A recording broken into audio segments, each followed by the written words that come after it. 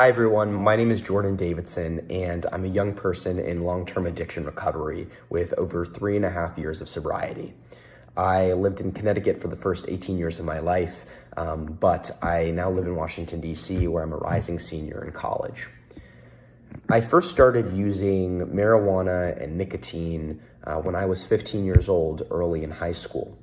I didn't plan on using those drugs, but the friends around me started using them, and I thought it would be uncool of me if I didn't use with them. One of the first times that I did start smoking marijuana, all of my friends around me had been smoking it for a long time, and I wanted to be cool and keep up with them, and I used so much of it that I almost actually went to the hospital. I passed out on my friend's porch, and that was kind of my introduction to using marijuana products.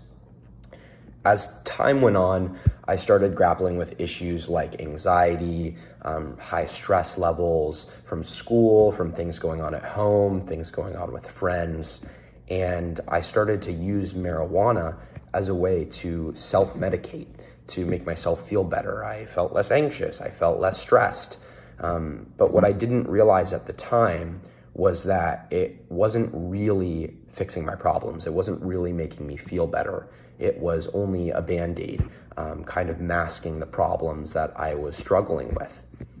And that never works out for anyone, and it didn't work out for me.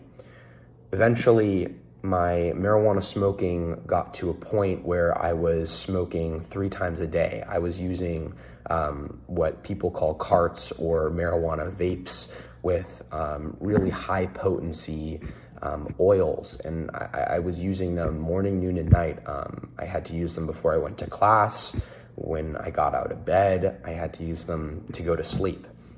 And it got to a point where I was losing friends, where I started to see my grades decline, where I was not investing in any of my relationships. I was lying to my parents, and I was doing anything to basically get any kind of marijuana products on my hand to fuel my addiction.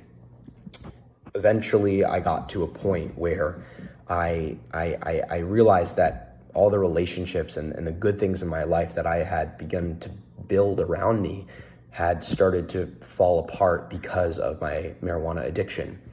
And I, with the help of friends and with the support of family, decided to stop. And in December of 2018, in my senior year of high school, I took some time off of school. I got admitted to an outpatient rehab facility, and I started going to Narcotics Anonymous meetings, the 12-step program.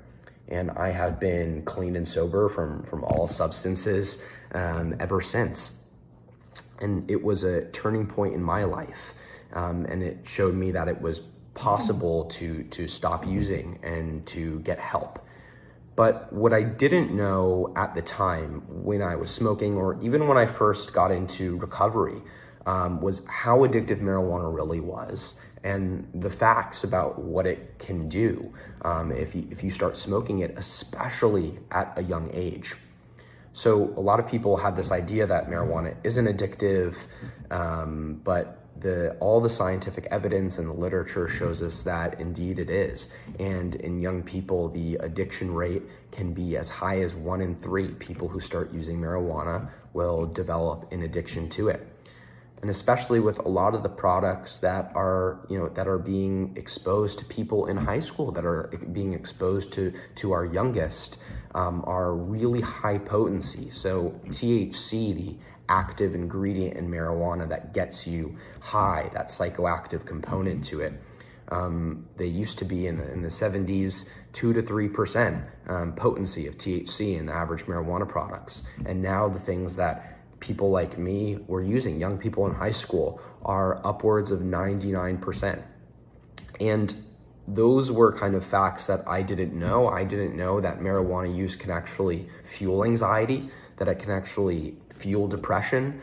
that you disengage kind of from your community, and that it can become a real problem. I'd heard from people, oh no, you're making it up, there's no issue, it's not addictive, no one's ever had a problem with marijuana, it's totally harmless. And that just isn't the case, especially in today's age where we're seeing these really dangerous products being marketed and sold to our young people.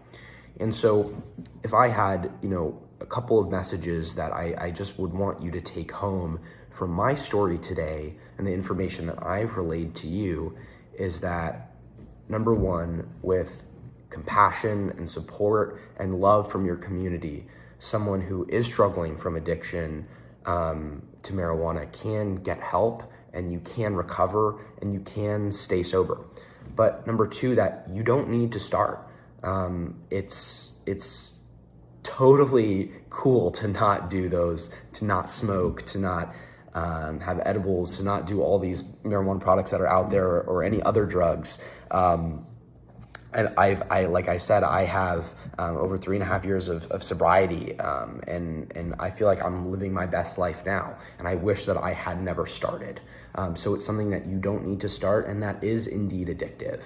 And I hope that you can take that message forward, and as you're starting high school now, and as the parents who are watching this are kind of watching for their young kids and seeing what kind of things are being offered to people in high school, that you can be aware that these products do exist, and that they're not something that you need to partake in to have a fun time in your high school careers. So thank you so much for listening, and I wish you all the best of luck, and to have the most fun in high school that you can, in a healthy and safe way.